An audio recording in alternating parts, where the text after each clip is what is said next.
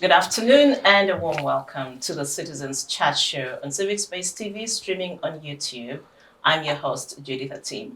And if you're a first-time viewer, we're really excited that you're able to join us. And we do encourage you to subscribe and also drop us a comment in the comment section. Also feel free to follow us on our various social media channels. That's X, TikTok, Facebook, Instagram, and others.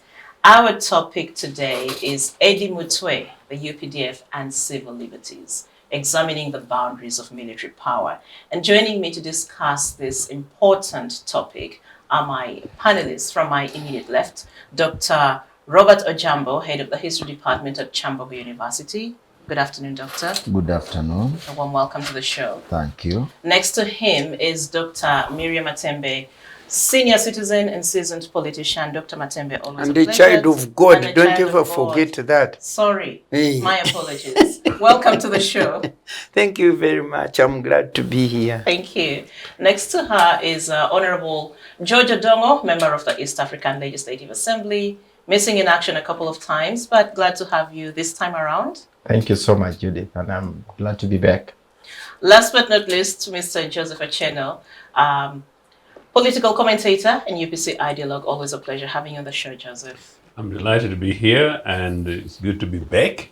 But yes, I chose to sit here trying to look for NRA guys who directly deal with issues, but they're possibly missing in action. Mm-hmm. So, well, just so you know, we're missing a major Witch-Poller, retired Major Witch-Poller, who is not with us. Would have loved to have the perspective of the military here, but we also tried to get someone from the UPDF, but we did not succeed. So you'll just bear with us for today. But to set the tone for our discussion and follow-up questions, I will give a background to what we're discussing, which is the recent abduction of Mutwe and the broader discussions this has triggered. Mutwe, whose real name is Edward Sebufu, is a barber turned personal bodyguard of Bobi Wine, or Robert Chagulanyi, the president of the National Unity Platform, which is Uganda's leading opposition party at the moment. Mutwe went missing on April 27th after he was abducted in Kampala by a group of armed men. And shortly after that, we saw the Chief of Defense Forces, who is second in command in the UPDF hierarchy, also the first son, General Muhoozi Kainerugaba, going on his X handle and announcing to the world that he was holding Mutwe in his basement where he was learning Runyankore. That's General Muhoozi's dialect. And for viewers who don't understand Uganda very well, we are an ethnically diverse country. And this statement by General Muhoozi has sparked conversations about tribalism and ethnocentrism, among others. Mutwe is a Muganda who was detained, tortured, and forced to speak a language he doesn't know, and beaten even more for being unable to speak the general's dialect. And after several days of torture, he was eventually driven to Masaka, southwest of Kampala, a distance of more than 130 kilometers, dumped at the Masaka court, and charged with robbery, among other offenses. But these offenses date as far back as May 18th, 2024, and later on I'll shed more light on the amended charge sheet, because I know a lot of people are interested in knowing what exactly these offenses are and what is the genesis of this case. But for now, I want to invite my guests to very briefly share their own reflections on this incident, starting with you, Dr. Ojambo. Then I'll go to Joseph, come back to you, George, and then Doctor. Yeah, thank you so much, Judith. Somebody seeing what is happening in Uganda may think that these are just new things. Uganda has had this kind of history for a very long time. Every government that has been in Uganda, this is where I want to begin from, has some special forces of some sort from the real army. The UPC government and the governments that followed had special forces, and there is a dark history that comes from these special forces and special branch, for those who know the history of Uganda. Come to the NRM. The NRM, from the time when it was in the bush, it had the real army was called NRA. But within NRA, there was a special force that guarded the president and the high command. It had its headquarters in Kapeka. That's where things used to happen. Now, this special force want to look it until we reach the current thing that is happening in Uganda. Now, when NRM took over power, they continued with something called PPU, Presidential Protection Unit. It was like a platoon of soldiers, not a platoon, more than a platoon.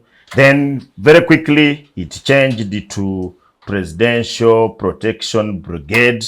From brigade it Presidential Guard Brigade. Presidential Guard Brigade. Then from Presidential Guard Brigade it went to Presidential Guard Group. From Presidential Guard Group, now we came to what we have today, the SFC. SFC. Now, this SFC... What does that mean?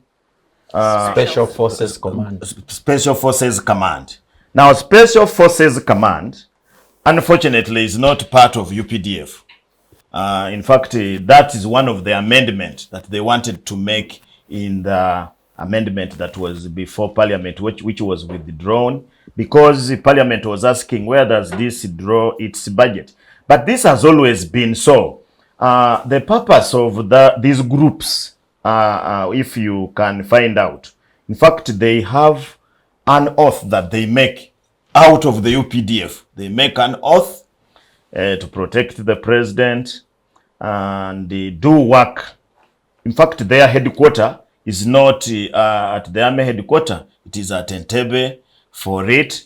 And why I'm bringing this history, this is where Muhoozi came from, the one who is here. Muhoozi did not join UPDF or NRA. He joined as an LDU, Local Defense Unit. From that Local Defense Unit, he did all the training, and he has been mainly in that special. He has been in that special thing. At one time, he was even its commander. For a very long time. And I want you to look at all the commanders of these special groups and how they have ended, with the exception of Mugisha Muntu, because Mugisha Muntu was also one of them. They have ended as CDFs. They have ended as leaders of CMI, all these intelligence groups that do things almost outside the UPDF on their own.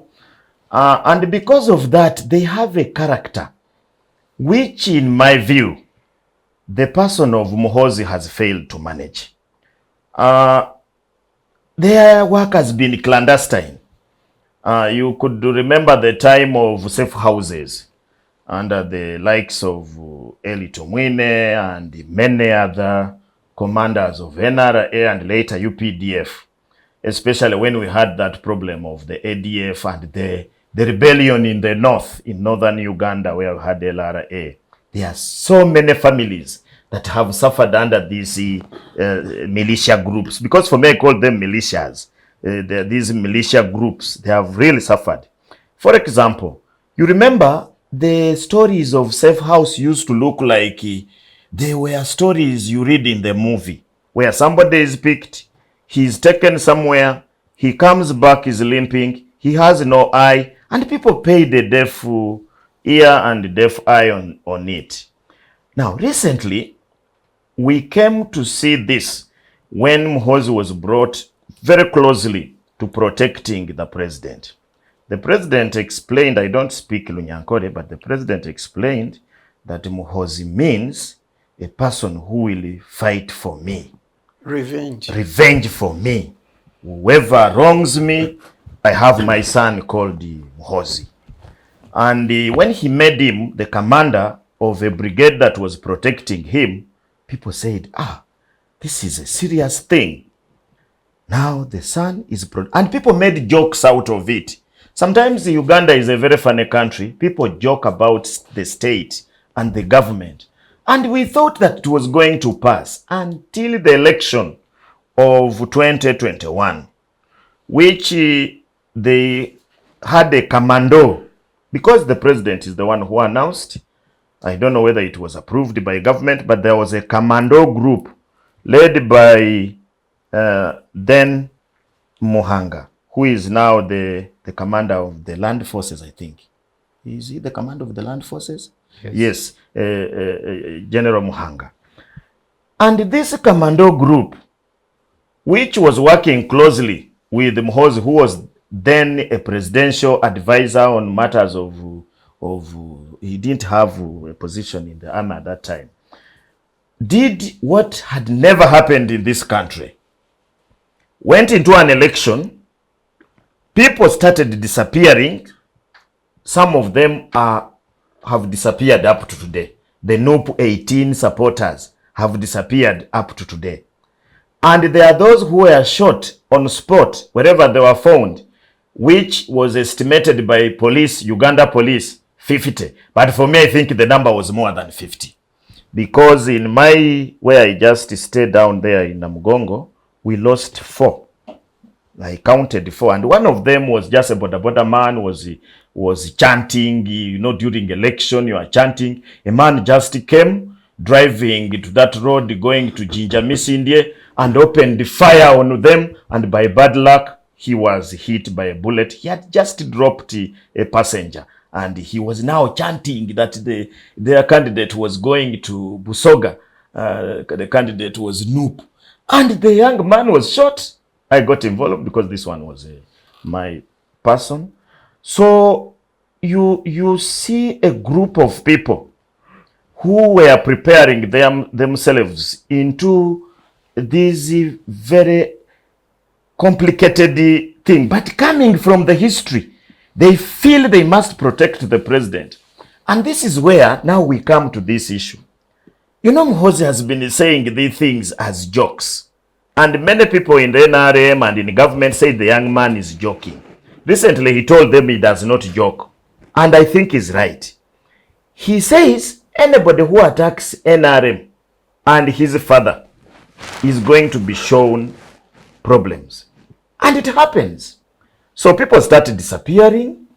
By the way, Eddie Mutwe is just one of their 100 and thousands of people who have suffered under this thing. General Kaihura is the one who introduced this business of people being ferried in vehicles without number plate. In fact, Kaihura used to carry them in the normal commuter taxis. People would emerge from a commuter taxi, these taxis which carry people, and they cane people, they disappear with the people, and when you would ask police tells you they are not aware. And you look for the person, they say, I think. So you, by bad luck, you find the person is dead and thrown in Lugazi sugar factory, plantation. So this has gone on and on and on until it has now reached that now they are not picking people at random. When they want to pick you, they tell you, we shall pick you.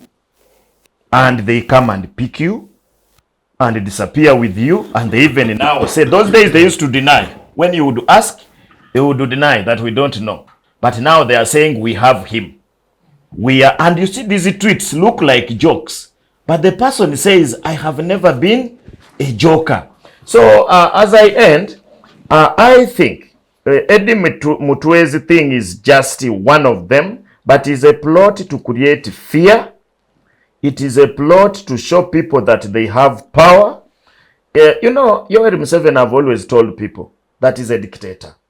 And people have been arguing with me that, no, dictator, Museveni cannot be a dictator because he organizes elections. There are many types of dictators. In fact, Museveni began as a benevolent dictator. But the problem why he would not be a benevolent dictator, Museveni by character is a populist, is a person who wants people to praise him and love him and revere him. So he failed. Why? He encouraged the sustenance of government through corruption. And a benevolent dictator cannot encourage the sustenance of government through corruption, because corruption cannot allow you to do things that you want to do. For example, for Kagame, for him, he tries to be a benevolent dictator, a man who is doing well for the country, but doing well at the expense of democracy and human rights. So you find that I think Muhoozi has been put in this place strategically, and the president approves whatever this person is doing, because there is no way that somebody would do such things and a president just says either is not aware. If you say he's not aware, then he's not in control. If you say he's aware and he has, so he approves. So in my view, I think this is a historical thing that has been coming. In fact, such things, Judith, have been happening, but they have not been happening openly. The way they are Katumbas, all these people who are in those groups have been doing them, but they were doing them and they would hide under the guise of other things. You would not know. But this man, for him, he has come out because he feels he's powerful. As I end, Muhoozi thinks the government of Uganda is like their family. It is for his father, himself, and his mother. Thank you. He thinks so, he knows. No, he thinks because it is not. He treats it as it is. Let me come to you. Of course, I still want your reflections on this incident. And also, a little later, to all of you, I'd like us to also talk about the contradictions that we see in the actions of power holders vis-a-vis what our law says when it comes to arrest, detentions, and all these kinds of illegalities that we're seeing play out. Over to you. Yeah, when you were reminding us, and in fact when you asking me to join the program today, I remember you gave us a reasonable contextual background in terms of guidance and direction, which was fantastic. But you know, I'm seated at the extreme end chair, which is normally yellow, and for that, I'll seek to behave as much as non-yellow as possible. But maybe to pick on Comrade, which he normally does, great guy, that to say that, well, the topic in context was about the NRA, as I call it, somebody calls it UPDF, and civil liberties examining the boundaries of military power. The object really is to try and confine us to really where we are today as a matter of reality. Because part of the temptation is to sink us, almost to seek to justify some of what's happening now, which now I'll take issue with the Comrade Ojambo, that sort of it happened before. But of course it's given historical context, which is fair enough. But some of the historical context is misleading, and so I'll deal with them. But to bring it very quickly to today, to simply say that, look, whatever is happening in our country today, regardless of a history, and Judith, before we came on air, we were privileged to have Dr. Matembe, and she was chatting, we were all chatting here, but she was chatting particularly with George before we came on air.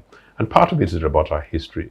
Part of it is, as you rightly referred, the question of the toxicity around identity questions. And for me, I've always argued, George, that amazingly, for me, my experience from a young school child, I want to put it on the record, and I'll put it much later, that the place in Uganda where I first received the power of an adult, the Ugandan culture of loving and respecting the stranger, the other, and where the father's stool, you know, traditionally where no child touches, no nephew, niece touches, but when the guest comes, even if the young person they gave them, is Uganda.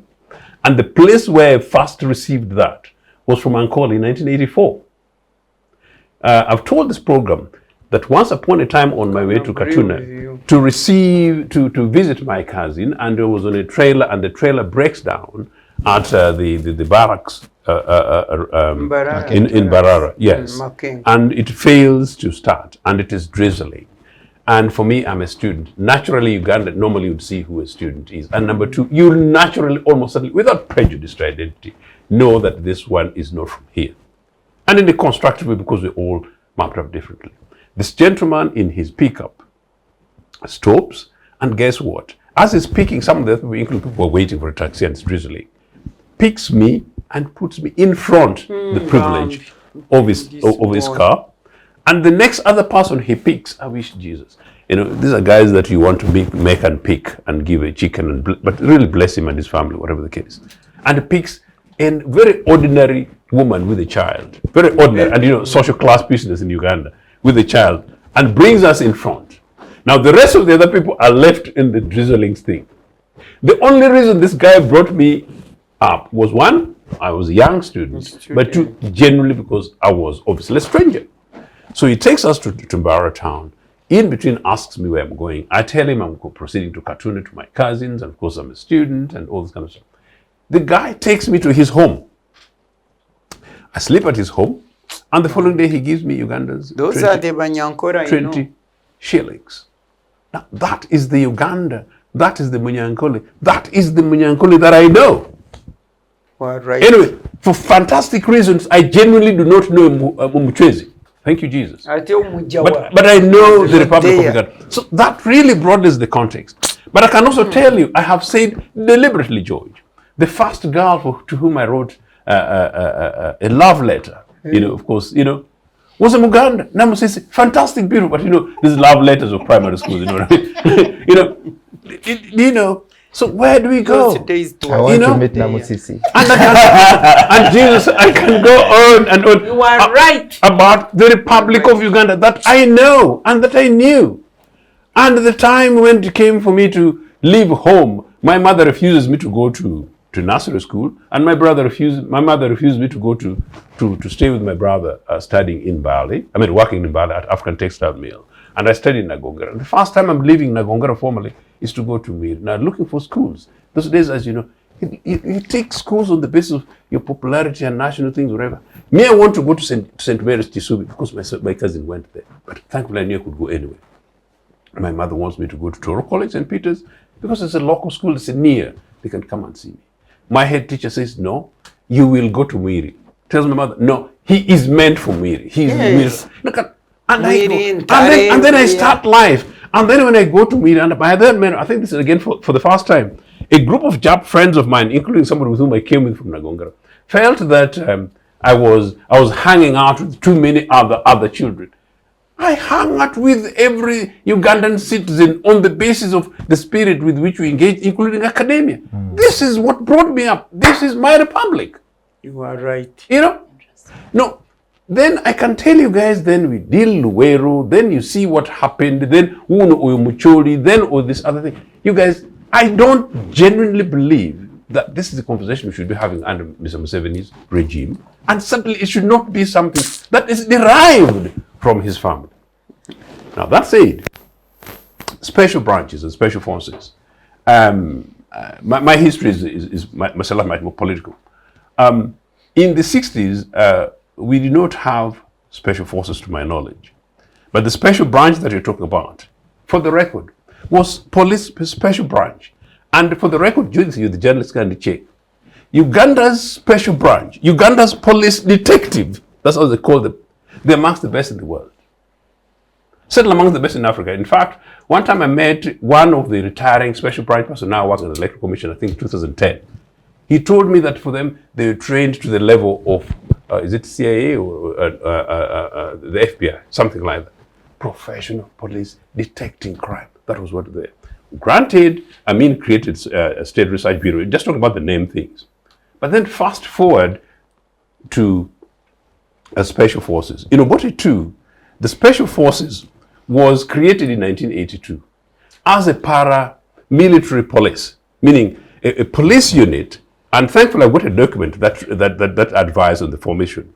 A police unit which is much more trained, both legal and military, more than the average police. And part of it was in response to the war in Luweru. And an argument is actually made about them. Meaning, what is it? Regardless of what these guys did, there was a statutory attempt to say, you need to follow the rule of law.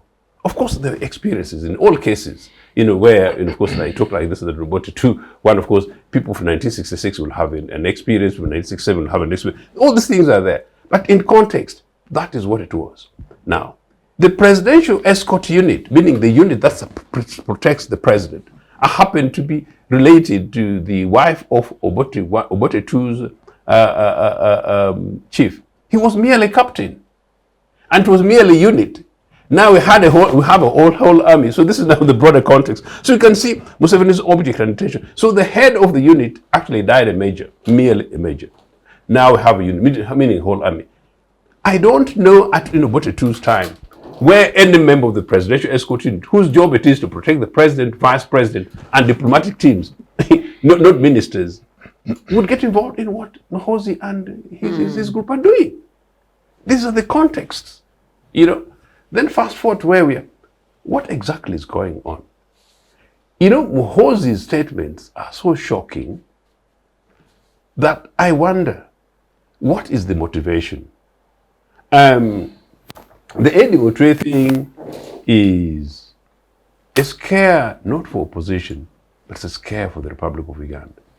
But then if you move beyond that, and then you bring in the Runyankole thing, and I had to start with that, because now quite clearly in Uganda, who of us are we going to cut and we say, I'm a pure Japadola, you know, I'm a pure Jalango, you know, and I'm a pure Munyankole, and I'm a pure Busamia. And for me as Ochieno Pan-Africanist, what nation state are we building? And what continent are we building? We're flanked by George here. Maybe I'll shorten my introduction deliberately because I think I've gone on a bit. George is a member of the East African Legislative Assembly. My hope is that, George, we pay you, you know, to go and build a broader East Africa in diversity. My president, Milton Obote, telling your delegation in 1969, do you know what he said? To UPC members of the East African Legislative Assembly, we are, and actually not UPC, Uganda, it was Uganda delegation. We are sending you, you're going to Arusha, you know, as delegates from Uganda. We are sending you as Ugandans going to Arusha. But once you reach Arusha, you are not going to be legislating for Uganda. You're going to be legislating for East Africa. This is a statement somewhere on tape, on record. So this is what it is. And beyond that, what are we having? And thankfully, this whole panel, we are Pan-Africanists. We can't wait when China is controlling us, including building crooked bridges down the road here, you know, and in 2025. And we talk identity politics. And finally, how on earth can anybody justify that a security person for a leader of opposition should actually be abducted? I was thinking in 30 seconds, Judith, I was just remembering that I have been campaigning for 38 years officially around some of these issues. I saw Mugabe, I saw the campaigns around Mugabe, I saw the campaigns around Southern Africa, I saw why Zimbabwe, Mugabe was punished. I saw the Brits grandstanding, and now I know our friends, you know, who support including this program. I can't imagine that the son of any African president, and this is now I'm talking about hypocrisy from Western world, I don't know of a son of an African president who would be doing this thing in my last experience, the last 35 years or so, you know, where the West would be quiet. And I'm wondering, is Mr. Museveni still going to Washington? Will Museveni still go to London? I know why Robert Mugabe was sanctioned. In 2004, I had to lead a special delegation to Zimbabwe for information and fact-find mission on this land issues and many of the other things. I also know the guys, the Chuangarayas and others. So I've been around some of these spaces. There is something which is happening in Uganda, which in a very shocking way, we Ugandans are almost like minimally quiet. The rest of the world is just watching us. There is a powerful boil building that some little kid could be cracked down there. It could just be some Mulango boy. Could just be another Kakwa boy with another sentence. It could just be even, by the way, I've got a niece. She's very beautiful. Fantastically beautiful. Both parents, Jupadola. Both grandparents from both sides, Jupadola. But she actually, except she's a little bit dark, dark Munyakol. She actually really looks like a Munyakol. So meaning when my poor niece, and you know who I'm talking about, somewhere down here in the streets of Kampala, something can happen. And she could be down for that. So no, I think we need leadership, George. I think in this country, Dr. Matembe, we need to have a very quick national conversation across the political divide. And I think we need to not only rein on Mr. Museveni, but I think we need to begin to rein on leaders, including on NRA, to begin to ask where they are on this very particular issue. So if it is the case that Mr. Museveni's son is going out of control, we need to be able to help them. From a UPC perspective, I've said that no, none of us want any of these guys to be hanged. And by the way, I just genuinely don't believe it in the range. I tabled, I passed on behalf of Milton about, I tabled on May, I think 21st, 2005, officially, a program for national truth and reconciliation, including Let's Probe Luwero, but Let's Probe Luwero for healing us. So Let's Probe Luwero and Northern Uganda and everywhere for a national reconciliation. This boy here, now, where is it taking us? I am worried, but I'm worried generally because I think people fear saying some of the things that some of us are saying. But whatever is happening, the young Ugandans are angry, young Baganda are angry, and every other young person, including the conversation before you came on camera. I also talk to people, including Karamoja, young Ugandans are angry. They're just waiting for 10 little things and set this country burning. We can't allow it to happen that way. Thank you, Joseph. Judge Honourable Odongo, let me hear your thoughts. You're the legislator in this house, and of course, you're not the only one. You are in active legislation now, but we have also a senior politician here. Again, I'm still talking about reflections, but also your thoughts, of course, about abuse of power and our legal frameworks when it comes to issues of abductions, illegal detentions, torture, and so on. Judith, I think we need very soon to have a conversation about identity and the future of Uganda as a republic, because identity politics is emerging and it is intensifying, which is not a very good thing for us as a country. So maybe one of the shows we really have got to dedicate ourselves to detox the country from this identity politics. Now, back to the UPDF and Eddie Mutwe and the others. You see, this country has a history, and the history of this country is synonymous with the involvement of the military. The military is part and parcel of our history, and the military involvement has either been constructive or destructive. The choices have been very, very clear. We have seen it, we saw it during Idi Amin's time, we saw it during Obote's time, we have seen it during Tito Kello's time. You know, all these regimes have had the military involvement, and either it has been positive in some instances, and also it has been destructive. In the case of the NRM, the first strike capability of the NRM has been the people. If you read the books about the struggle of the NRA and NRM, it has always been that people have been the means of the struggle for liberation of the country. For that particular struggle, the Luwero struggle, there has always been an element of people, people, people, people. You read the book of Pecos Kutesa, and in that book he will tell you there were, I think, senior military officers that came from Nigeria, and they came to do a study on the success of the NRA struggle, and they met Pecos Kutesa. They went to trace some of the areas of the struggle, and they were asking Pecos Kutesa, where was your military rear guard? And Pecos Kutesa told them, no, it was the people. Who provided you with intelligence? And Pecos Kutesa says it was the people. And then how did you evacuate those that were injured? And Pecos Kutesa said it was the people. How did you protect the injured from the enemy forces? And he said it's the people.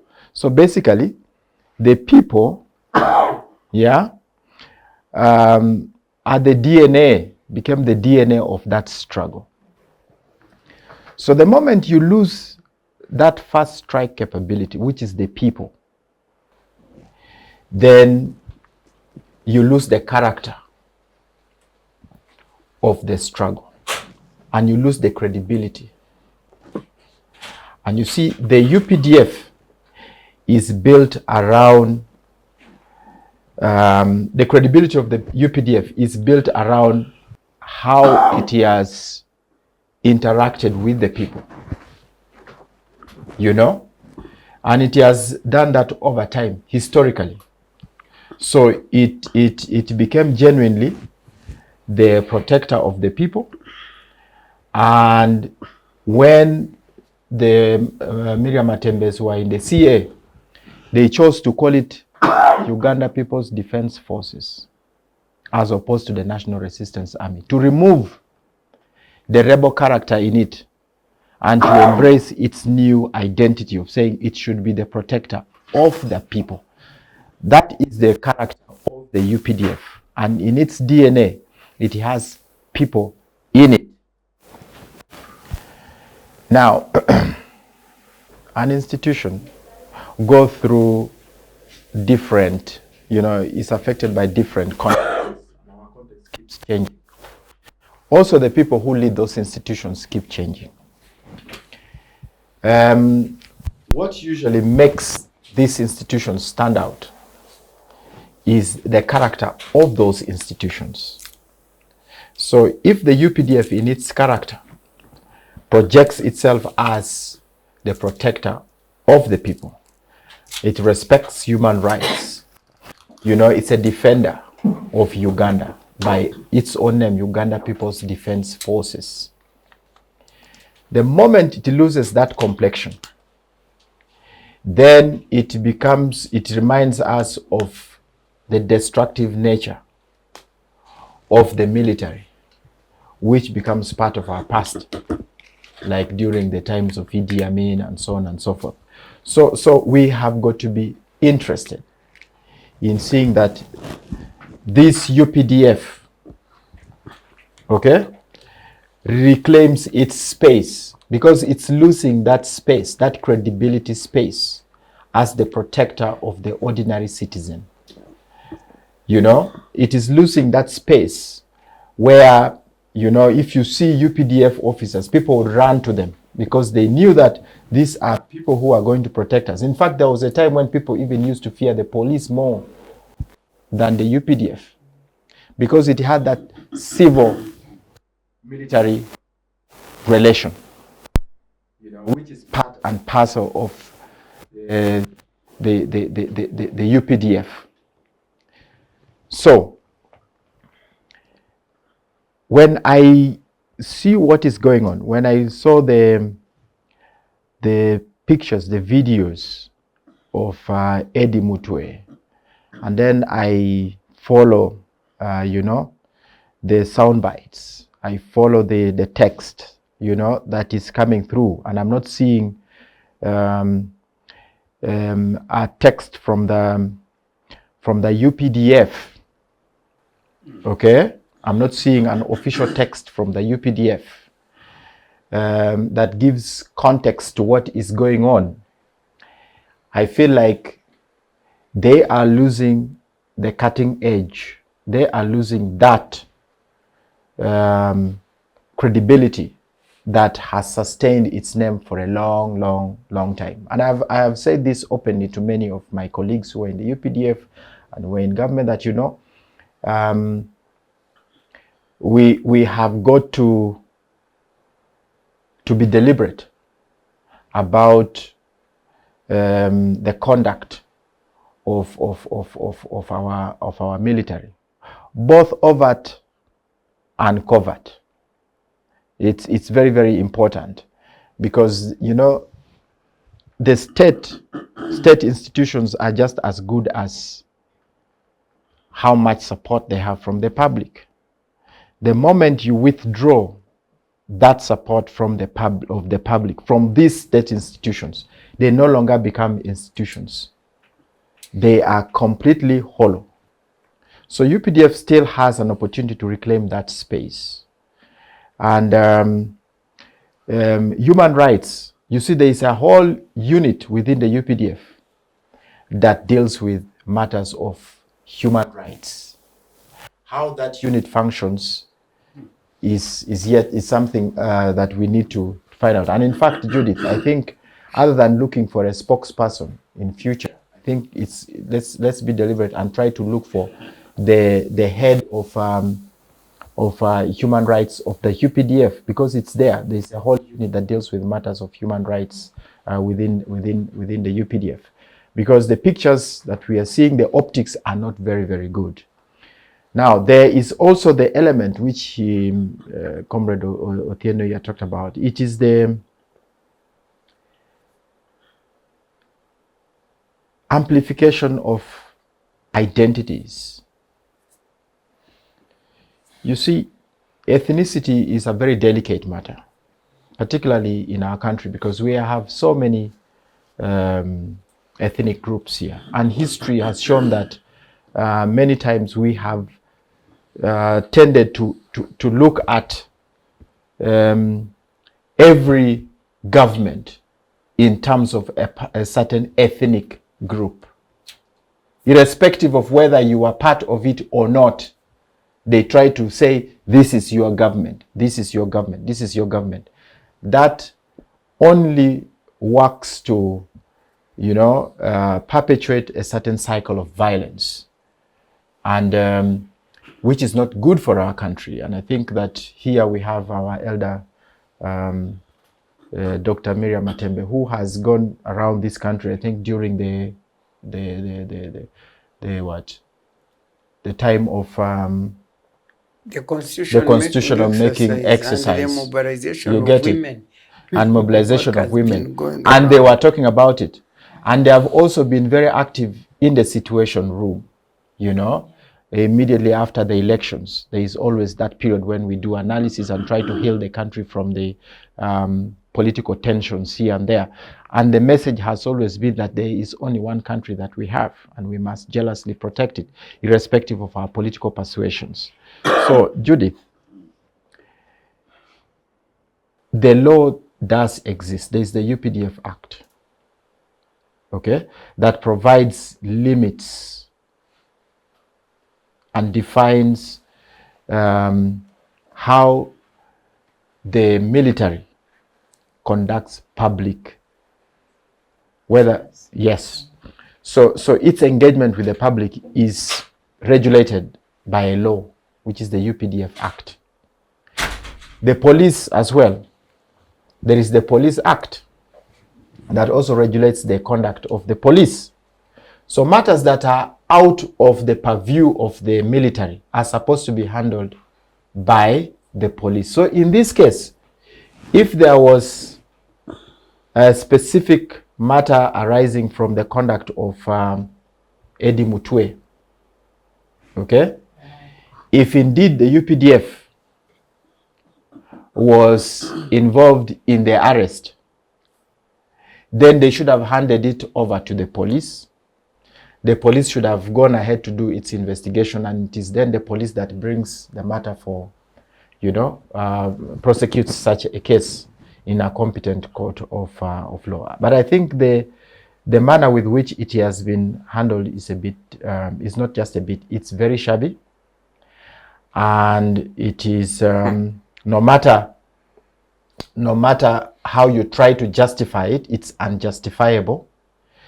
It only reinforces ethnic, prejudices because of the way it has been, brought up in the public spaces. And please,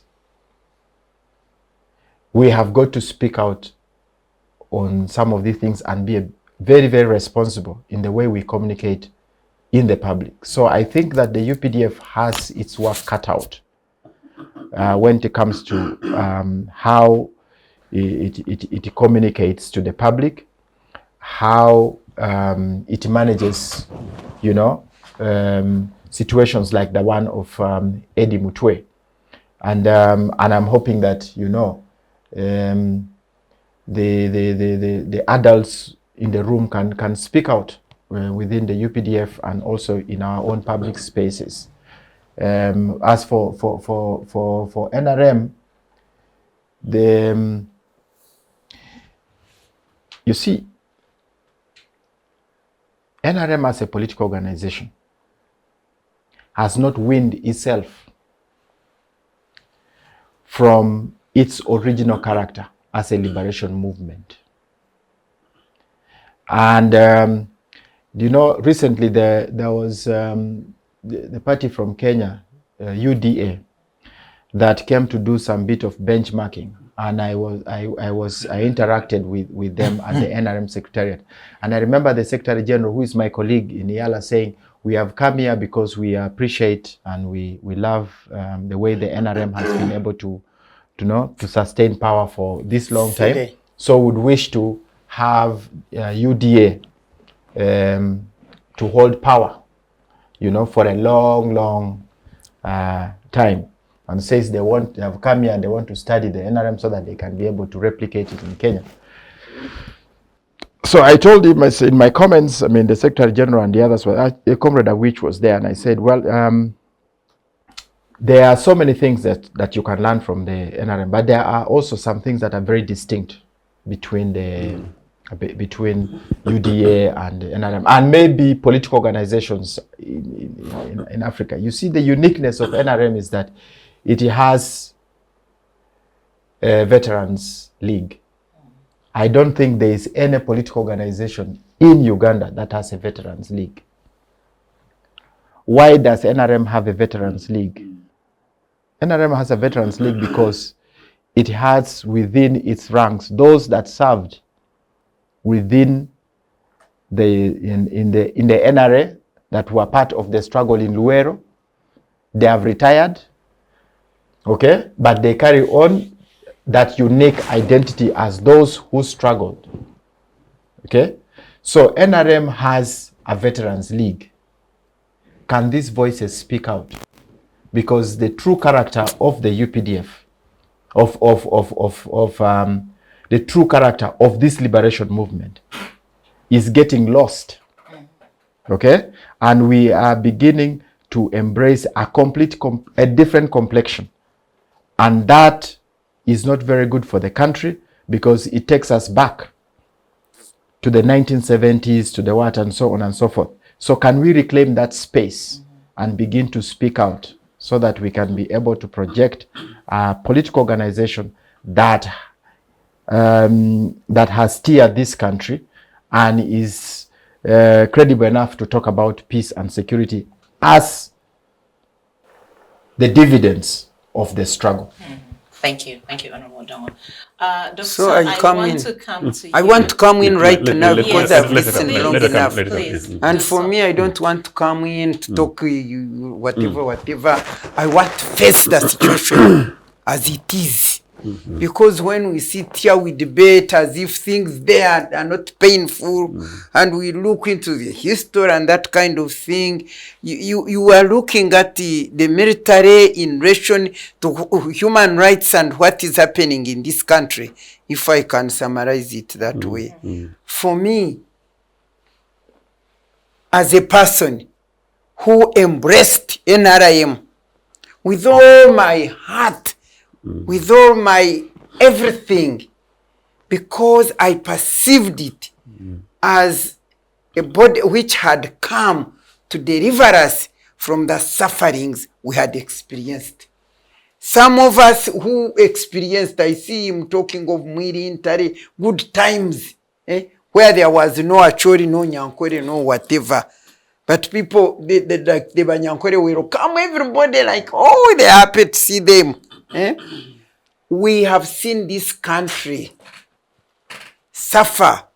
In fact, I keep saying, will I live this time? Will I survive this time? We reached that stage where you would think, this time will also go. This time will also go. So when I embraced NRM, in fact, if you are to know my heart, in my life, when I saw them 10-point program, and I said it actually I say it even in my books, I think, that for me, what they used to tell us, even me, a whole lawyer can be propaganda, when you call it, brainwashing. Brainwashing. They used to tell us that you see these governments, which were doing wrong. First of all, they were not educated, and they did not have Ubuntu. Two things. what they were. But when they don't have the Ubuntu, you know, the heart, the whatever, the humanity in them. And then they were also ignorant, not educated. Yeah. Now, here comes NRM. Yeah. And who is leading it? The people who know Ubuntu. Allegedly now. Who are human. I know. I told you. The people who are human, who know what, and then they are educated. I said, I embraced, and I said, in my stupid mind, I don't know, my naive mind, I said, from today, this is me. Never again will Uganda suffer.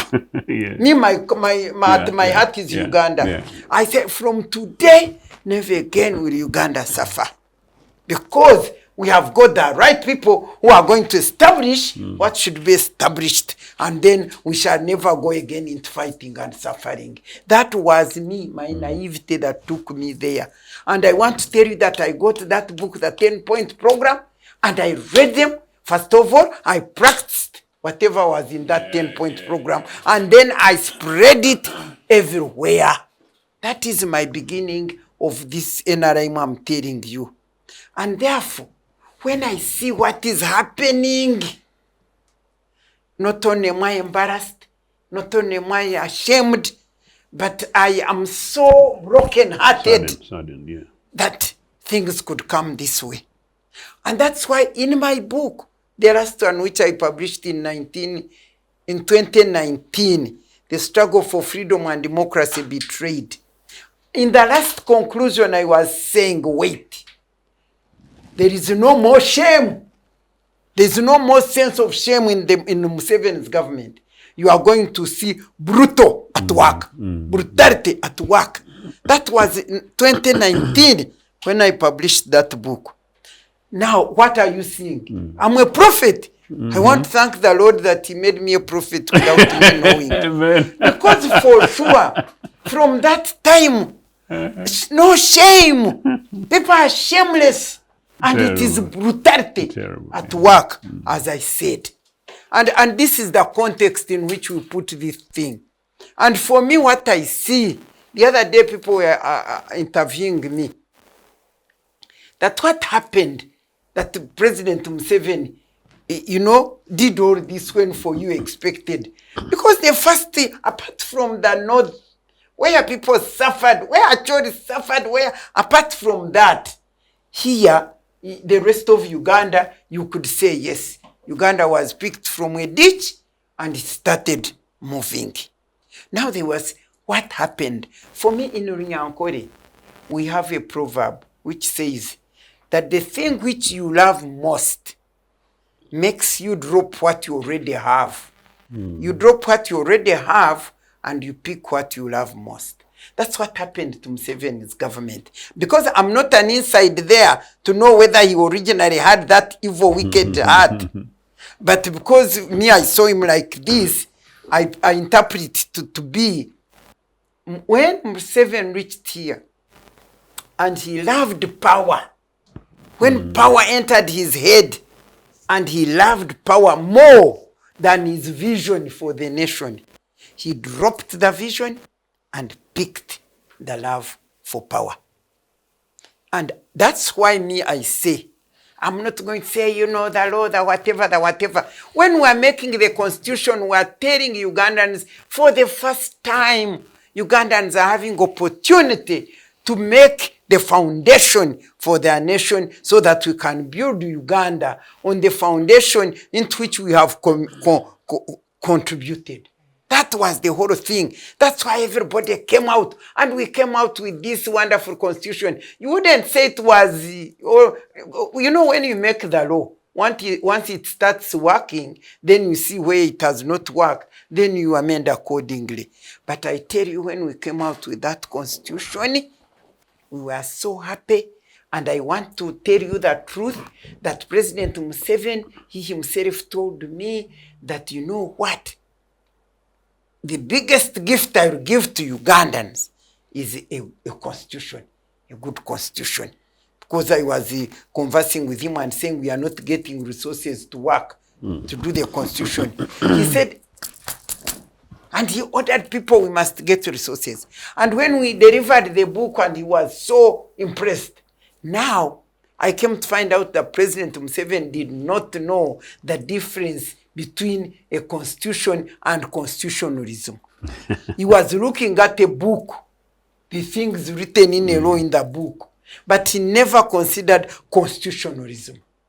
Now, when the constitutionalism came to work, the separation of powers came, the executive and the judicial and the legislature, and he saw that power was being removed from him. Immediately he started fighting the what? The legislature.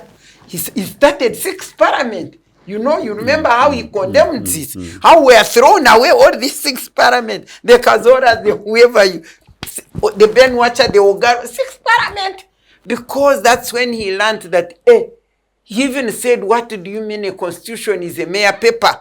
I remember even what caused that. For me, when you see all these things happening, don't just converse as if they were yesterday. They saw when they wanted to bring a man to make electricity for Jagari. Yeah. People who are old remember that history. And we found out the Kazora with Young Parliamentary Association, they found out that was a fake company. And they refused. And he came and said, but who can refuse? Then they said, but this is a parliament. The constitution gives its power. He said, what is a constitution? It is a mere paper. Just like Obote had called it. That's the time I started doubting whether things will go well. And in fact, from the time of implementing the constitution, things changed. So, to be short, I'm giving you a context, is that in Uganda here, it is pure military dictatorship. It is military dictatorship at work. I mean, who doesn't see this? Yeah. Which law works? It is military dictatorship at work. That's why I say I was better off with Amin. Amin would disappear our people. You would not torture them in our presence. You would not do all this. We would be hoping one day maybe we shall find them. But where people clearly get your children, the young people, whom he calls grandchildren, and they are beaten and they are shattered, and I'm seeing this man's wife, young woman with a baby, honestly 9 months, and the mother is crying, and they are very happy that they are doing a good thing. I really wonder what power can do to people's minds. So there is no law at work. There is, because the law, the constitution and the law is clear. What should an army commander be doing in politics? I want to first ask you, the army commander in politics, and you remember how he said he wants to contest, and we called for his resignation, and we called for his redeployment, and nobody had. I mean, this is not yesterday, you people. We have come from far. How can an army commander stand up and say, I'm going to contest with the president? If you follow the videos I was involved in, I used to challenge all those things. And now you know he has PLU. Isn't he the one they organize? Nobody talks about them. Nobody condemns them. Everything is going on wrongly, illegally. But Ugandans are ready to be who they are. They have been captured by total fear. Some people are fearing genuinely. But others, because of fear and because of self-centeredness. Because people want to continue being in their jobs and earning, so they can't. They would just keep quiet until the thing knocks at their door. I'm talking to Ugandans actually. I tell Ugandans, you wait. It is brutal at work, shameless brutal at work. They are cowardizing. And in the end, what is happening to us? What is happening to us? Don't you think in our own time, like you see that woman and the baby and they are crying, and the women in Uganda, the women's movement, where are they? They can't come out because when they come out, they will shut them, they will kill them. The civil society, where is it? The parliamentarians, how can't they be condemning such a thing? How can, and look, now the judge is stupid. I'm sorry to say like that. But how can you be in a court and they bring you somebody who has been tortured and is yelling and suffering, and you cannot allow that person to go to a hospital because you fear for losing a job? You Ugandans, you have become hopeless, you have become powerless, you have surrendered to nothing, and the nation is going. But I think one of these days, you never know what may happen to this country. Thank you, Doctor. It's time for us to take a break now, and then we will return and continue with this discussion on Eddie Mutwe, the UPDF, civil liberties, as we examine the limits to military power. My name is Judith Atim. This is the Citizens Chat Show.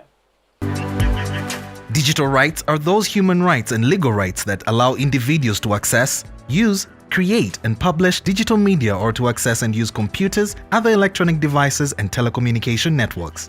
Digital rights include a right to freedom of expression, information and communication through technology, a right to privacy and data protection, a right to credit for personal works, a right to universal and equal digital access, a right to identity, a right to anonymity, a right to be forgotten, and a right for protection of minors, among others. The state's digital rights are frequently violated through various unfair actions, for example, blockage of websites and social networks, theft of credentials, unauthorized use of people's data for personal gain, privacy intrusion, online censorship, arrests and intimidation of online users, internet blockages, and the proliferation of laws and regulations that undermine the potential of technology to drive social, economic, and political development worldwide. It is hence every citizen's responsibility to respect rights of other digital users and to speak out or report to the responsible parties when one's rights are violated. Welcome back from the break, and we're glad that you're still with us here on the Citizens Chat Show on Civic Space TV. Once again, my name is Judith Atim, and we continue with our conversation on Eddie Mutwe, the UPDF, and civil liberties as we examine the limits or the boundaries of military power in Uganda.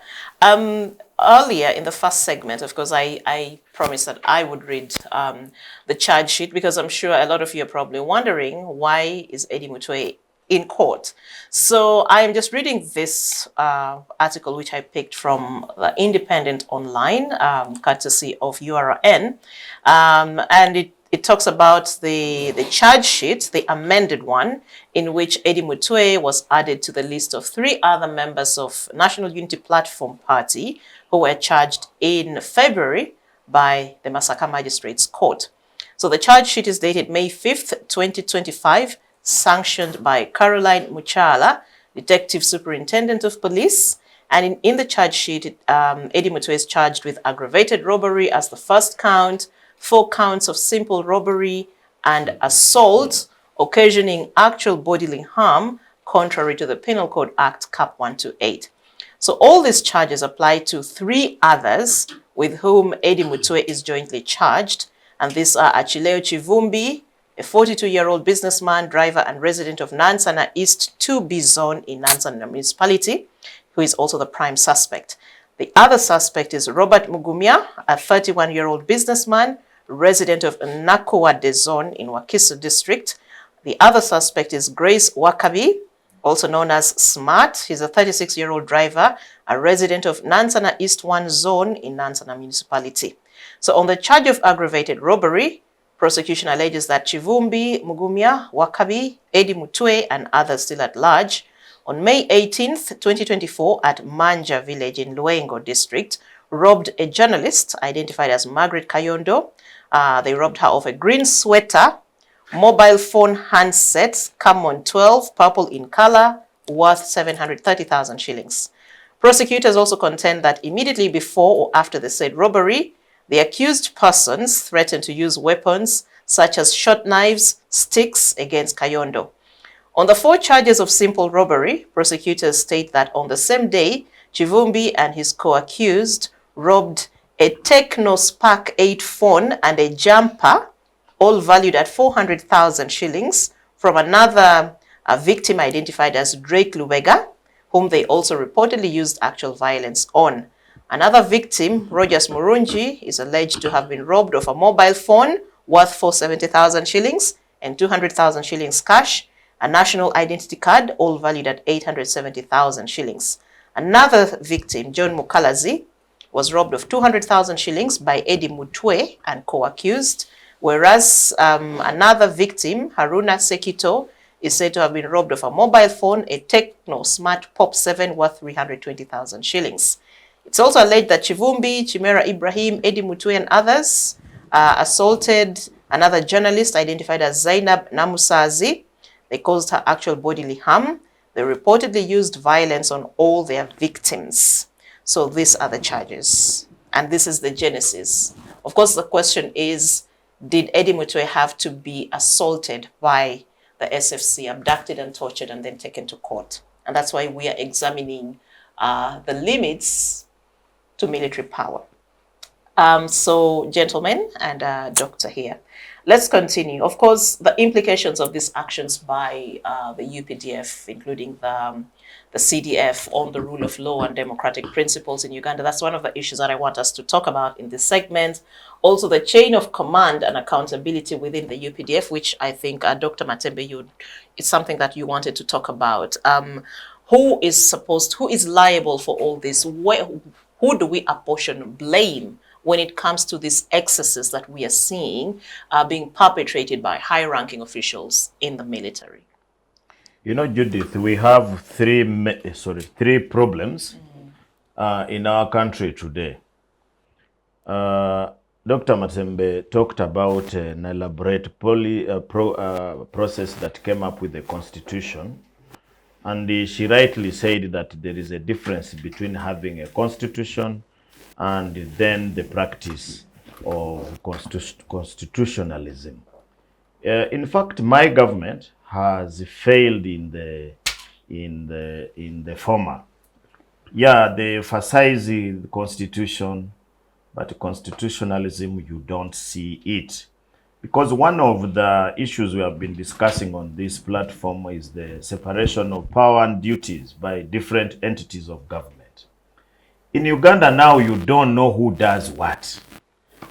The UPDF Act spells out very clearly what UPDF is supposed to do, and the Police Act, which was amended to put there now what we call Uganda Police Force, also is very clear, and the judiciary and so on. So unfortunately in Uganda, it is very difficult to find out who does what. You have read us very elaborate. I want to assume that Eddie Mutwe and his co-accused people committed those offenses, or they are clear suspects. But in our country here, we know who is supposed to deal with the suspects of that kind. We have a fully fledged police force, which is supposed to keep law and order, because majority of those are law and order issues. I have not seen any military related work, because they don't say that these guys came with bombs and they were staged in a certain bush and there were gangs there. They are saying they robbed, they did what? They did those things, which are a clear duty of the Uganda police. And now, these days, very confusing. I was asking myself here in the break, if I am a magistrate, grade 1 or chief magistrate, whatever the matter, and they bring such a case, I would ask myself, number one, was this person being looked for? Because the other ones were charged in February. In February, they were presented to that court. Of course, also trumped up charges. Actually, Akileo was picked from Nasana here. So we would have, I would have asked if I'm a magistrate, were you looking for this person? Was he on the charge sheet? If he was not there, what shows that he has now been, is it prosecution? Is it evidence from CID or what have you? And this magistrate must have been also alive to the information that was running in the country, I would have asked, isn't this the Eddie Mutwe man whom they have been looking for, who was lost? And above all, the same court, the court in Uganda ruled that anybody presented before court after being tortured by any group of people, the military, will be released or will not be prosecuted, because it is something which is against human rights. So you get it, but it goes back to my history. I remember, for those who read the history, when NRA came here, for us historians, we have a very big problem. We know so many things, but you are forced to keep quiet about them because you fear for creating problems. They formed something called the CMI, Criminal Chieftains of Military Intelligence. And I think the first commandant of this organ was Mugisha Muntu, who was deputized by Paul Kagame. No. At the time, it was called DMI. Okay. The same, playing the same purpose. It was called DMI. And its headquarters was Directorate of Military Intelligence. And its headquarters was at Lubiri. You know this Lubiri place, which has had a very good history in Uganda, Lubiri. It was a Lubiri barracks at what time. At what time it was Kabaka thing, and later it became a Minizi place. So when the NRA came, that's where they were. And if you go to the library and read the newspapers and read the statements, during that time, if a person was taken to Lubiri, they would as well go and do a funeral rites. NRA, the good NRA, this one. And the majority of the people who suffered were the ones who were of UPC background and the people from northern Uganda who had been seen as UNLF and others. And people disappeared there at Lubiri there. And when you ask people today, they tell you, they were trying to pacify the country.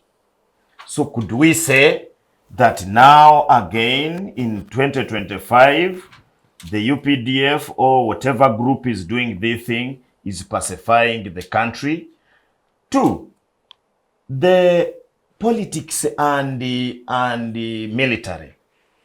You see, our constitution is very, very clear that the UPDF will be non-partisan in politics. The president confidently, when he was going to participate in political party things, he retired, and all the other people around him retired before they went into... What does retirement mean?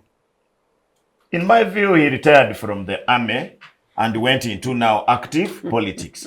But then a contradiction comes. Aronda Nyakairima, may his soul rest in peace, is appointed a minister of internal affairs. And there starts a debate. Can you be a UPDF officer and at the same time continue to be? And the lawyers tried to say, no, you cannot. They even threatened to go to court. It became a debate in parliament. It passed. Later it was J.J. Odongo, and the list now is too long. The list now is too long. We have Mbadi, they are serving military officer. Katumbo Amala and many others. And therefore you find a military officer put into a catch-21. When you join a cabinet, you are now serving a government. And the government is of NRM. You are implementing NRM manifesto. So you have to say, for us in the NRM. Now that has allowed even now serving officers to now start going to do other things elsewhere. For example, in his mind, the CDF of Uganda thinks that is the boss of all the military things in Uganda. Police, prison, and others. He thinks he's the boss, and I get it from his statement. He said that if police does not disband the no foot soldiers and arrest those people who are putting on berets and the red attire. He's going to round up the police and cane them. He's going to round up them and arrest them. In fact, he said he's going to arrest the DPC, the IGP and his team and cane them. But you saw, And we sorry got for it. interruption. Yes. You saw what happened this when they went and arrested or you know That's about where I it. was coming. Okay, okay. In fact, that is just one of them. The police has been harassed in many areas. Yes. Only that sometimes the media also it is tortured. It doesn't want to show, and because of that, it is now difficult to know whether the group coming to deal with you are police officers or they are military officers, and the police has kept quiet. For example, the police would have questioned when they were looking for this man. By the way, they filed a habeas corpus for Eddie Mutwe 2 days before he went to that place, and that matter was supposed to be heard. And one of the in habeas corpus, the only people who can implement that order, if the order was given, was going to be the police. So I was asking myself, since the police knows where Eddie Mutwe is, are they going to go and pick him? So it becomes a problem. So as you were talking about the boundary of the military in Uganda, Madam, remove the word boundary. There is no boundary.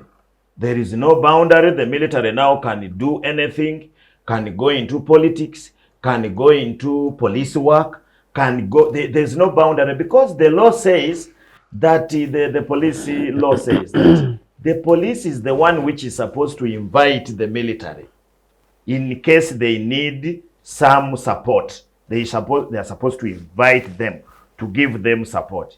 These days, it is the military that commands the police, and the police is they have now been left. In fact, the only effective police is traffic officers and these people you see at police posts. But the real work of maintaining law and order is now being done by the military. Now, finally, is the courts of law. The courts of law, I think, have a challenge now in the country, and I really sympathize with the people now who are serving as judges, as magistrates, because they have introduced there another item of acting judge, acting magistrate. So acting magistrate or acting judge or acting whatever is given 2 years, and therefore your survival at the bench depends on your performance, and the performance is determined by the appointing authority, who is the president, with the recommendation of the Judicial Service Commission, which I think is in itself important. So you find that the judges sometimes people are fearing the court martial, but the court martial like behavior are now going to go into the judiciary. So long as, and the last time I checked, these guys are now more than 50. More than 50 of them are on acting capacity of the High Court, of magistrate courts, and so on and so forth. The only place where we have not seen acting judges is in the Supreme Court and the Court of Appeal. So in my view, you find that it is now going to be very difficult for the judiciary to dispense its duties. I really thought that there are some of these cases which should be dismissed. They should be dismissed at entry, because you cannot bring a dying man and you charge the dying man and sentence him to prison instead of taking him. Of course, he mentioned that they take him to prison. Finally, the only way forward which I see here now, you know, for us who come from the fishing community, we know it very well that the only way you salvage fish is by dealing with its head, because fish rots from the head. Thank you, Doctor. Thank you. Let me come to you, Joseph. I know Ojambo, of course, bases his argument from the commentaries that we've been seeing from high-ranking members of the military, of course, in the past year or so, and also the recent raid of Luboa police station. I think during the break, Dr. Dr. Matembe alluded to that. But Dr. Ojambo says we are dealing with a military that is boundless, it's unhinged. But how do we ensure, and who has agency now to rein in on them and make sure they actually work within the provisions of the law?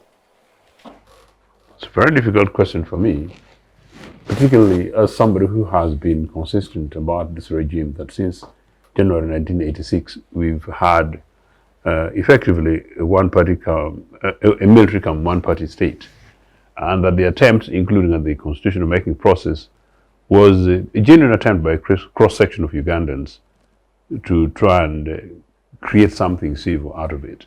And indeed, some of the the framers of that constitution genuinely believed and hoped that that process would see us go through a transition. I remember when 2003-4 came in, shortly before we managed to get a court victory over Article 269 that banned political parties at the time.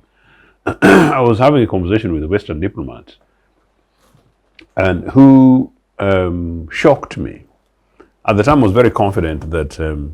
Museveni was not going to amend the constitution and seek to continue. And I was worried as UPC that because we had been a punching bag that looked rather dirty, that in the event that Museveni successfully retired and left a new NRM, they would come in at last a political organization called NRM that you could genuinely, whatever name they eventually get themselves, maybe NRM went to UPM, genuinely has transited into a political organization with a relatively mass support.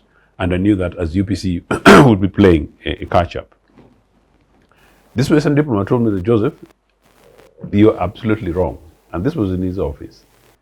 You're absolutely wrong. He told me that we have tried, and told me, I think these are these are drafts from my books actually, since we're talking books here. He had participated in the transition in Ghana. He was a junior officer those days in the early 90s in Southern Africa and one other country elsewhere, and said he had been actively engaged with Museveni's best friends, particularly then Britain and America, to try and persuade Museveni to see a genuine transition to pluralist multipartyism. And he told me that, Joseph, we have failed. And so we had a bit of a debate. Genuinely at the time I was the Ugandan, I was the expert, and I was owning the process. And remember me, now I was the optimist. And the guy is telling me that no, Museveni is not going anywhere. That Museveni indeed did not go anywhere, and Museveni we have today. So basically, this is a military come one-party state that successfully managed, for various reasons, which is again another topic, backed by Western media, Western interests. Museveni played this card very well, including on the minds of the majority, a critical number of Ugandans, not less than majority, and it's brought us to where we are. How then we pull out of this? I genuinely find it difficult. And that's why I'm saying that I don't want to make a commentary thing, to make it nice.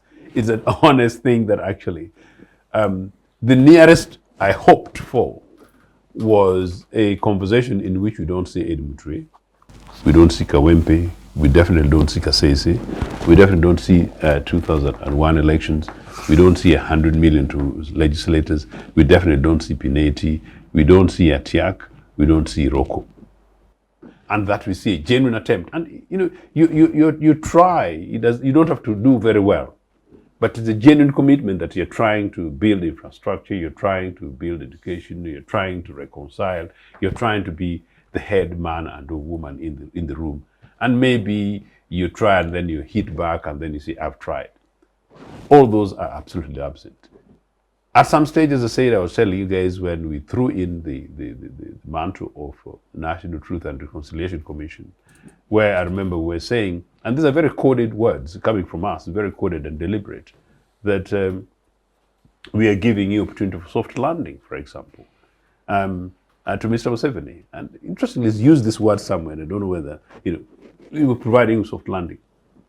All those have genuinely been the idea that, look, you're in a particular corner, you're like a scared snake, but could also be like a wounded snake. But you're basically a snake. What do we do? Or perhaps translate you from a snake to a dog that can be domesticated and customized so that we move together. It could only be through Mr. Museveni conceding, and we confine this to Mr. Museveni, as Dr. Matembe quite rightly says, because it's really him. Mr. Museveni concedes, recognizes that something's wrong. But earlier I was going to bring in the question that George referred, and that is the question of the the veterans, NRA veterans, which makes this a very unique organization. I have told people that sometimes want to compare us with Zimbabwe, that democratic opposition should come together like Zimbabwean opposition, Kenyan opposition. That may happen, but NRM from his historical context, it's not Kanu. These guys embedded themselves in the military and took full control of the state. How were you able to disengage that and to persuade these guys to disengage and also to let go the state and then now remain this powerful, controlling, privileged organization for such a long time is hard. So is it the Veterans Association of NRA who said no? Is it the kind of language that came from Richard Kaijuka, who must really thank Uganda People's Congress for the massive privilege that he did have?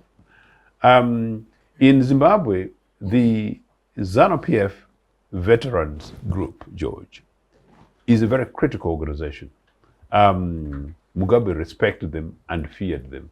And today, they continue sort of to come. So these organizations can exist and they can be quite useful, in a very particular, because they have networks.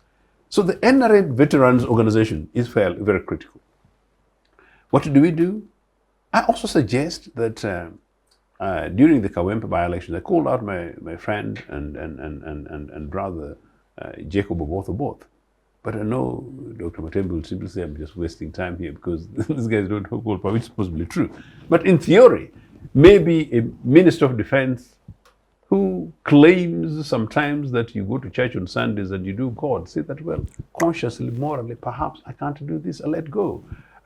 The powerful Foreign Secretary of Margaret Thatcher's, Geoffrey Howe, I saw how he left Margaret Thatcher dry. That is how Margaret Thatcher began to sink. It is possible. And in any case, when these guys leave these positions, they're not going to come back and struggle with my tiny little wish. These guys have already made a reasonable foundation for themselves. But who is the Minister for Internal Affairs again? Who could possibly say that, well, I am the Minister for the Police? The question that we are trying to ask about in Mutwe, the role of the military. Nobody Mao came and spoke, in his normal, nice way. Nobody is a good friend and a brother, of course, once again. But guess what? Is it Mutwe? Miguna treated and says, yes, my good friend. So if you cannot do your word, take the action. So maybe somebody big, maybe a group of people, I'm taking a new direction here. Maybe a group of people in NRM, not at the level of George, with absolute respect, in terms of tier. Maybe some senior guys simply say, no, enough is enough. We're pulling out. But it may be the putting George on the spot that the generation of the Georges, maybe 1,000 of them, says, no, we hand over our cards. It cannot continue. Maybe something like that. But surely, where are religious leaders? Where are religious leaders in this? I was on a different television program 2 days ago in which somebody very confidently talked about how the Katikkiro of Buganda came and spoke. And this individual is interested in being a Buganda herself, but said that the Katikkiro talked about this from a Buganda perspective. Fair enough. But, so the Katikkiro spoke. But now where are the cultural leaders from other communities? Even my Republican Padola. Where are they?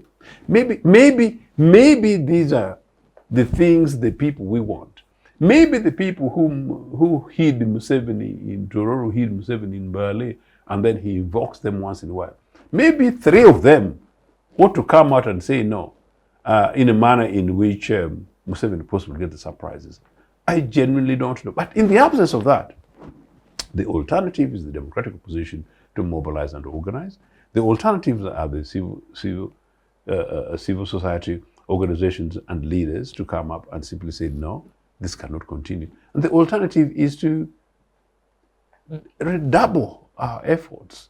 And the alternative for you guys in the media to say that you're going to boycott covering these guys, cooperating with these guys. I think we need to reach that level, because whatever is happening is worse than a warlike situation in Zimbabwe. And yet, because we are calm, we can wake up and go to our homes and wait for the next other person to be picked. I genuinely don't want to know. I think this thing needs political leadership.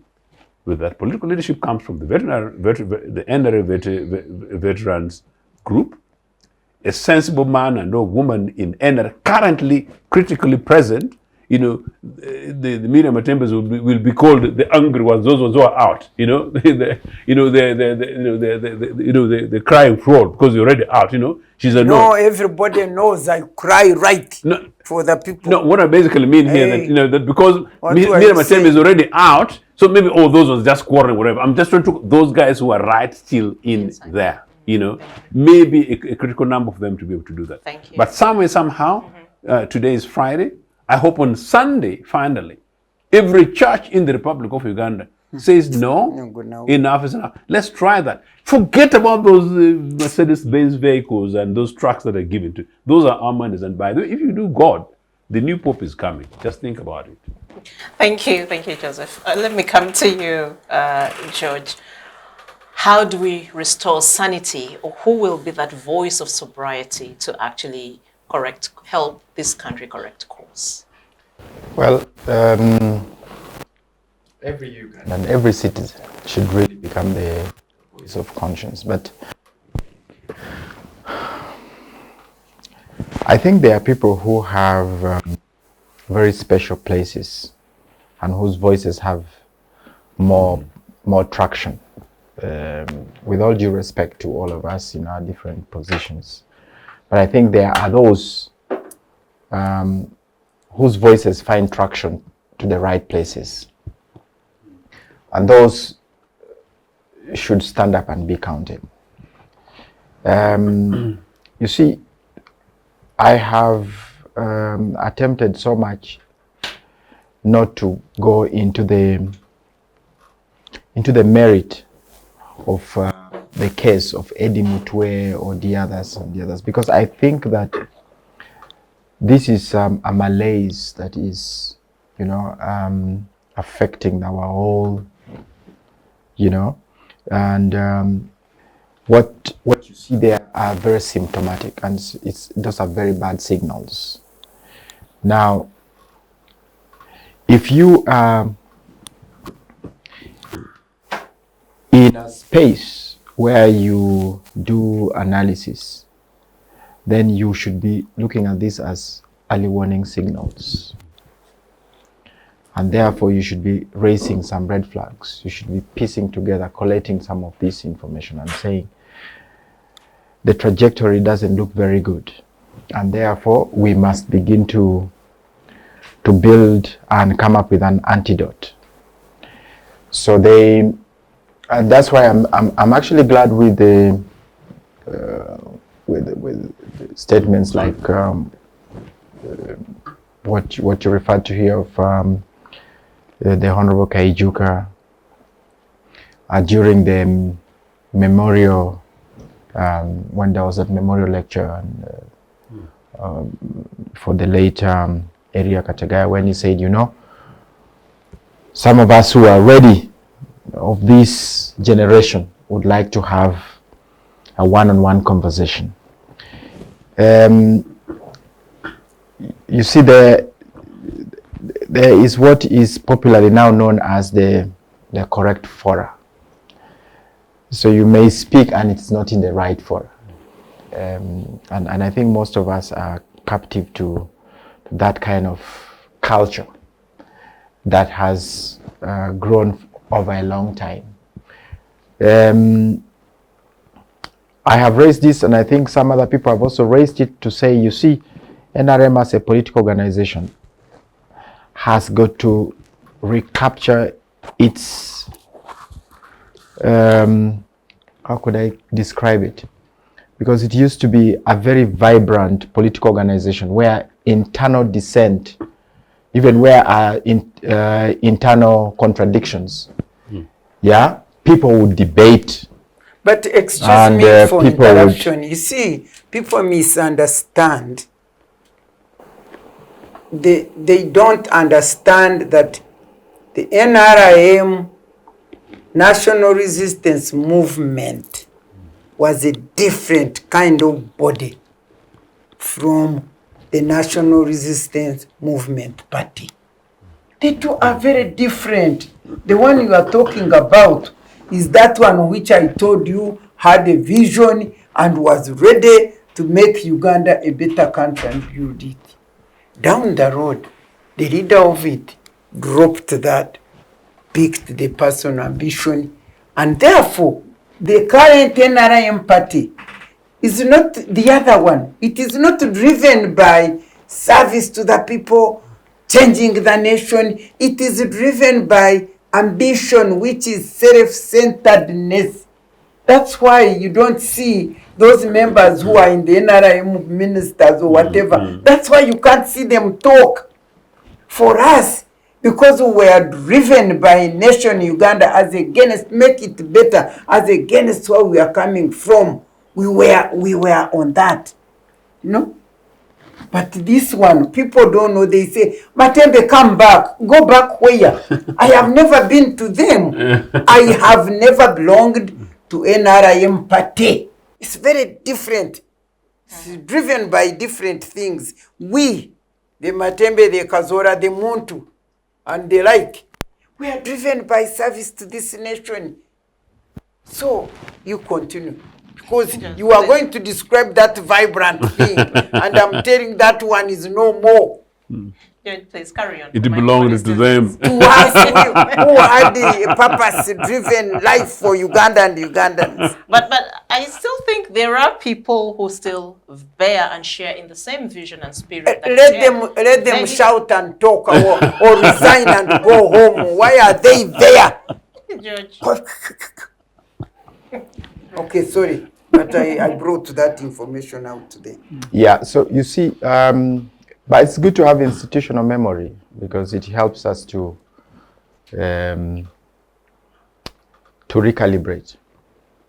Because when we tap into that, we can improve on our own situation. So I think that there is need for the meeting of minds, and in my view, the answer is not in confrontation. The answer is we need a new consensus for the country.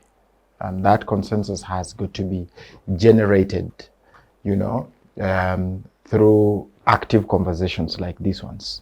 So there are genuine people within the National Resistance Movement that want to see an organization, okay, that is robust, an organization that is able to confront some of the things that we are looking at and be able to reclaim the lost spaces that we have lost to some individuals.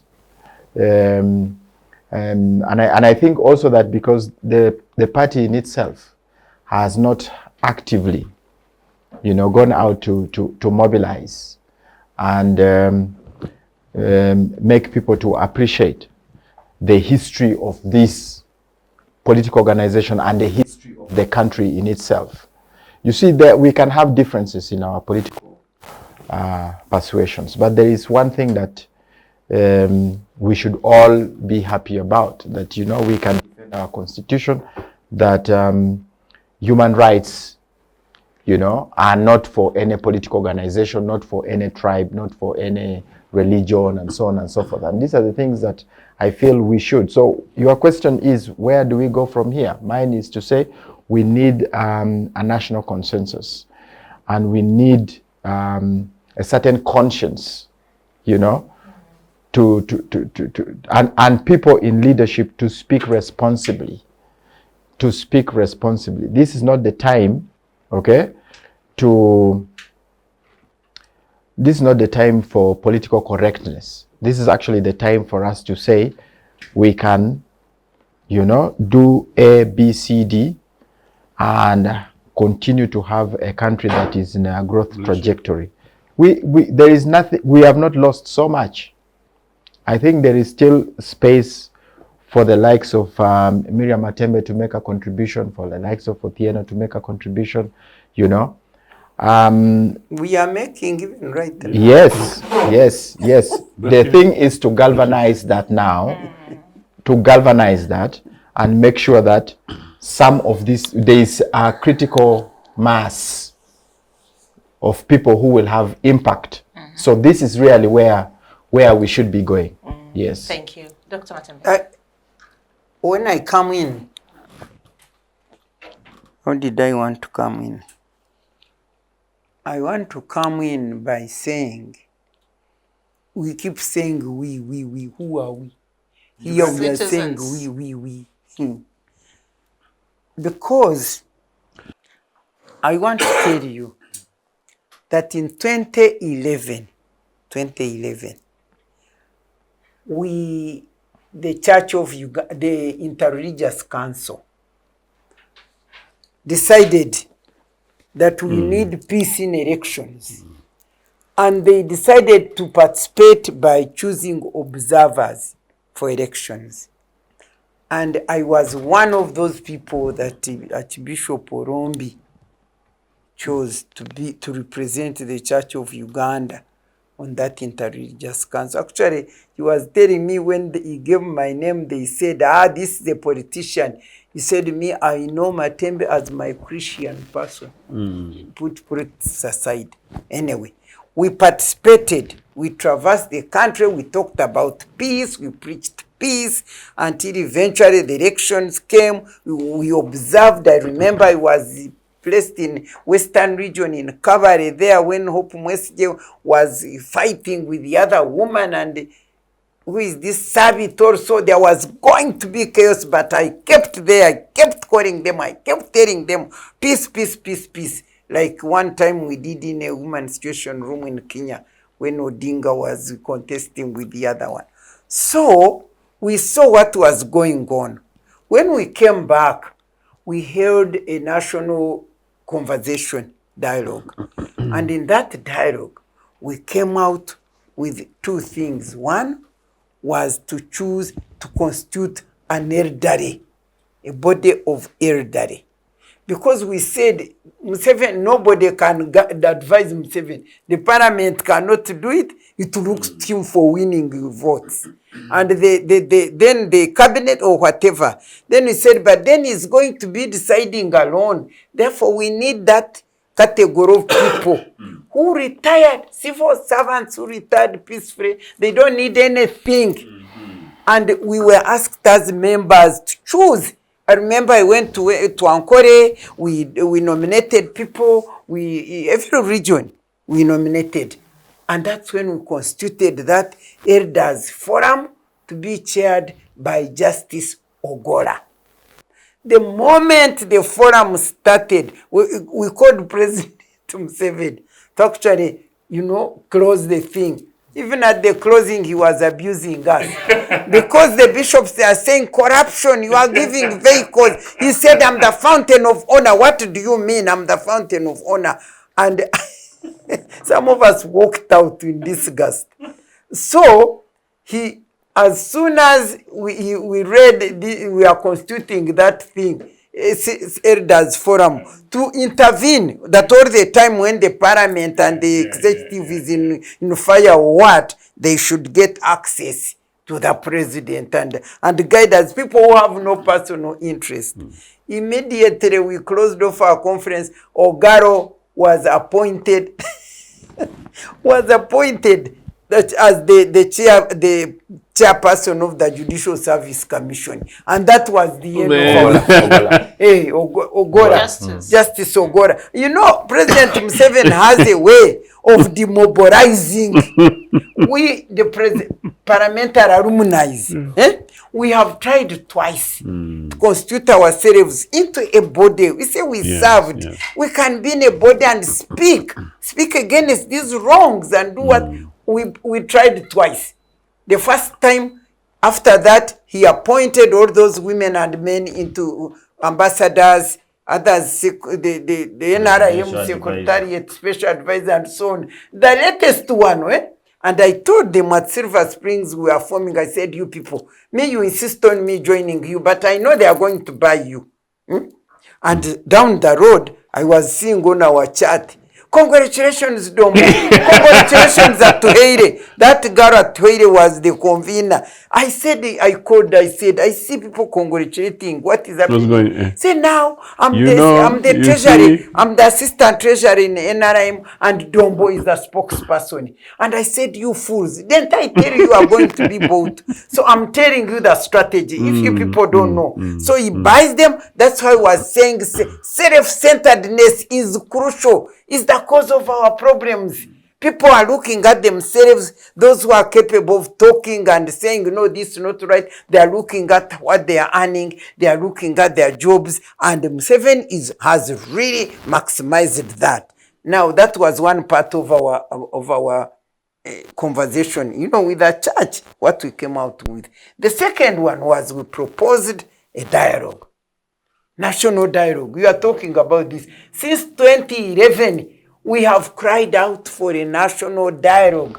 And we had wanted a dialogue which will be constituted by people. I don't know how we would choose them, but if we had agreed and wanted a dialogue which will not be funded by government, because if he funds you, he's going to capture you. So we said we need a dialogue. The constitution failed. We said, yes, we did our constitution. We thought that was the most important dialogue Ugandans had. And indeed it was. But down the road, he removed the term limit, and that was central.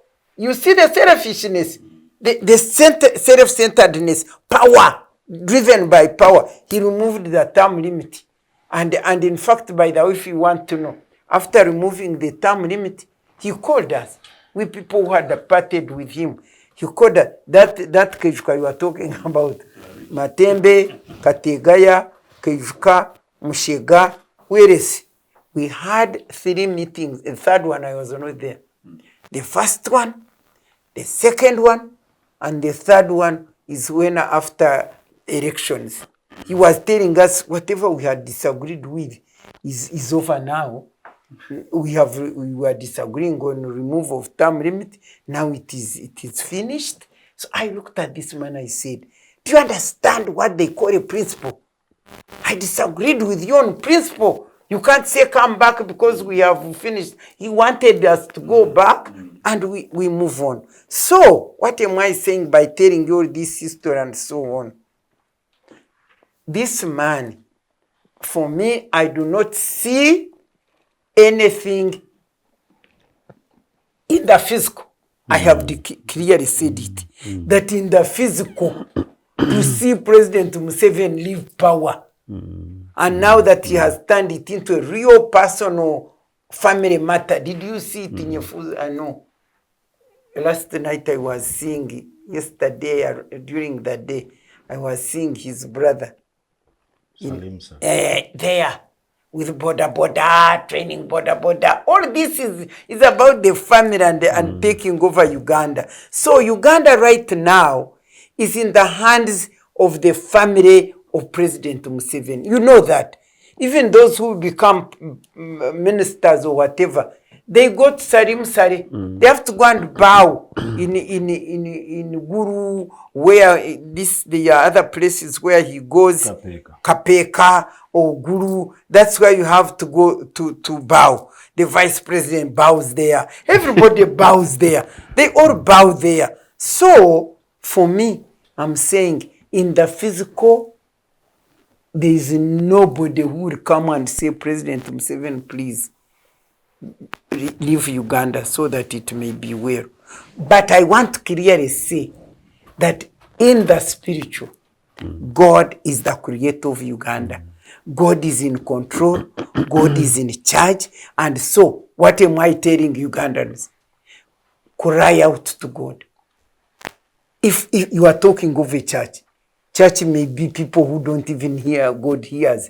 Me, I'm calling upon all those who say, like the Chronicles says, the book of Chronicles says that all those who are called by my name, when they humble themselves, they repent of their sins, and they cry to me, I will hear them from heaven, and I will come, forgive them, and heal their land. That is the message I'm giving to Ugandans. People may laugh at me, Matembe, no, ne God way.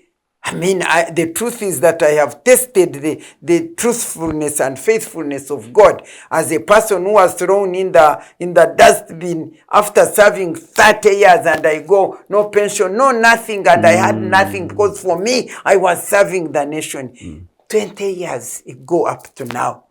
Has God left me? Has he abandoned me? He's the one who takes care of me. Some of you may say, you know, she talks the way she talks and nobody catches. Even Moses, let him dare Matembe. The Lord will reign. He'll come and protect me. And therefore me, I'm telling you, the God I believe in, the God I talk about, forget bribe, forget what? Go! Bow before him and repent. He will heal our land. That's the only thing I can give to Ugandans. Because otherwise, I don't see. Thank you. And it's about time for us to also wind up, and I'll give each of you a minute to just make your concluding remarks, and then we call it a day. I'll start with you. 1 minute, please. Yeah, thank you so much. I think the debate today is just a continuation of a big cry that is in the country. I think every sane Ugandan does not want to see what is happening here. And we hope that the powers that be will realize that this is taking us in the wrong direction. But as Honourable Matembe and my colleagues have said, I think each one of us here has a role to play and make sure that we condemn these things that we read, that we see, without fear or favor, so that we get back to running our country in a sane way, so that we are not looked at as barbaric Africans and the people who don't respect humanity. Thank you, Joseph. In a minute. Okay, this country is possible. Uganda just need to believe in better. So I genuinely believe that we will go past Mr. Museveni and have a possibility tomorrow. Now that it seems very difficult for us to basically have consensus on the best way to get Mr. Museveni off. Of course, we had an authoritative account from Dr. Matembe that seemingly it's now only God. I just wanted to say before then that, look, in Britain, the British Conservative Party has what they call the 1922 Committee, and they call it the Committee of the Grannies, the old people. The amazing thing is that it is, although it's the body that sort of like supervises events in the party, it's known to be the group of men and women whom you dare not touch. I was thinking through this that maybe Ugandans need to learn that we have the body, whether that body is the body that was shattered, as Dr. Matembe suggests. It's a lesson that we must learn. I have picked something out of it in the spirit that whatever happens beyond Mr. Museveni, we should not be able to go through this, because I think every country, everybody, every individual needs to have somebody to whom they must listen. And once upon a time, a serious mind master's chief told us in the Bahamas that if you're somebody who cannot be corrected, if you're somebody who does not have somebody whom you listen to, then you are a dictator. And when you become a dictator in that sense, you're a danger to yourself and a danger to society. At this stage, if it's where we are as a nation state, this nation is at crossroads. We need to pray for it, but I also believe that we still need to take some action, and that action must be taken by every citizen of this Republic of Uganda. Every day we delay it, we're making it worse. Thank you, George. Well, power belongs to the people, and we need to exercise that power. And that power can help us to reboot our systems, our institutions. My call is for restraint. Of all manifestations of power, restraint is the most powerful. especially for those to whom power has been vested, either through our constitutions and through our legislation. Institutions have a conscience. That conscience is embodied by us, the people, who lead those institutions. So those institutions should have emotional intelligence to be able to regulate their conduct in such a way that they respect the various commitments that we have in our constitution, in our in all our international instruments, the human rights and all that. So we need as much as possible to restrain ourselves. I've said here in this platform that one of my favorite adverts is that of Pirelli, which says power is nothing without control. That we have all the levers of power, but we also have a very, very progressive constitution that restrains that power and makes sure that it is exercised in a very responsible way. So we as Ugandans have an opportunity. We still can be able to reboot our systems, and the good news is that the state has not collapsed. If a state collapses, like in the case of South Sudan and the others, it can be very, very dangerous. Thank you so much. Thank you, George. Dr. Matembe? For me, I have already told Ugandans what I believe they can do. Now I want to tell the Sabarwanyi. I want to tell Sabarwanyi, our president, who is always saying, I'm Sabarwanyi, Sabarwanyi. Yes, he was Sabarwanyi. He fought with other Barwanyi. The purpose of fighting was to deliver this nation and re-establish it so that no more fighting of this nature should be. He was not Sabarwanyi to come and fight the Ugandans. Now he has turned around, he's fighting Ugandans. The very Ugandans he calls Bazukuru. I've never seen any grandpa torturing Bazukuru. So me, I want to call upon President Museveni Sabarwanyi. Uganda is not your family. You cannot get Uganda as a nation, the whole of who we are, and turn it into your personal family. For Ugandans to be treated the way they are because you are the president, your brother is the job givers, I don't know, your son is torturing Ugandans. Please, please get humanity into you and know that as long as you are Sabarwanyi and you are the president of this nation, you either lead this nation for the good of Ugandans or you get off. And if you don't repent, hey, God is coming to answer us. Thank you very much to you all, Dr. Robert Ojambo, Dr. Miria Matembe, Honourable George Odongo, and you, Mr. Joseph Ochieno. And from us here, it is bye-bye. Thank you very much for keeping with us up to the very end of this discussion. We've been talking about Mutwe, the UPDF, and civil liberties, examining the boundaries of military power. Thank you very much. And the Citizens Chat Show returns next week, same time. Until then, bye-bye.